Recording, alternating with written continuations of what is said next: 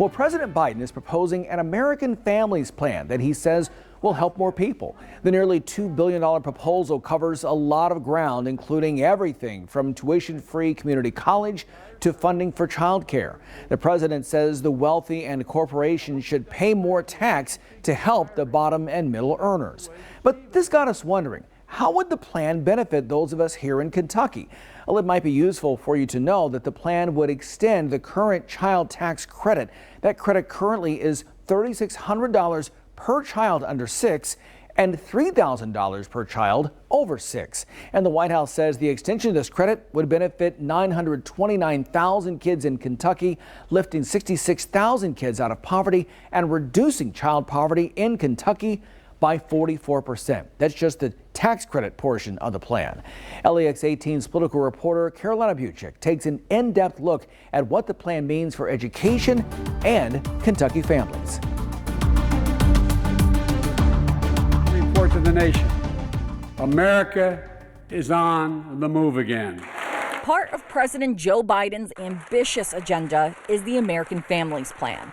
The White House calls it a once-in-a-generation investment in the foundations of middle-class prosperity, education, healthcare, and childcare. But what does it do for Kentucky specifically? The White House says it's an investment in Kentucky's children and families. My American Families Plan guarantees 4 additional years of public education for every person in America, starting as early as we can. So that brings us to universal preschool. According to the White House, there are almost 111,000 3- and 4-year-olds in Kentucky. Only 41% of them are currently enrolled in publicly funded preschool. The American Families Plan would provide access to free, high-quality preschool to all of them.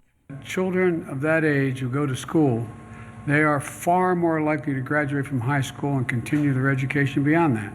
Overall, the White House says this would save the American average family $13,000. And we know childcare in general is expensive. The White House says the average cost to put a Kentucky toddler into a childcare center is a little more than $7,500. That means a 2-parent Kentucky household on average needs to spend 9% of their income on childcare every year, and that's just for one child.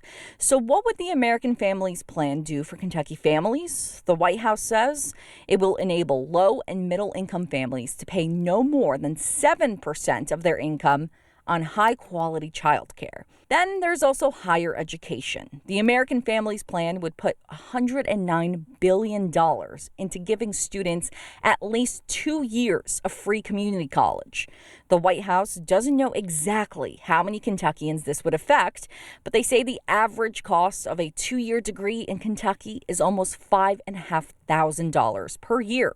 So this could save students about $11,000. The plan also increases the maximum number of Pell Grants by $1,400. The White House says more than 92,000 students in Kentucky currently rely on these grants for college, so an increase in the dollar amount would help them out. This is just some of the stuff included in the American Families Plan, and it's clear that the price tag of all of this is very expensive.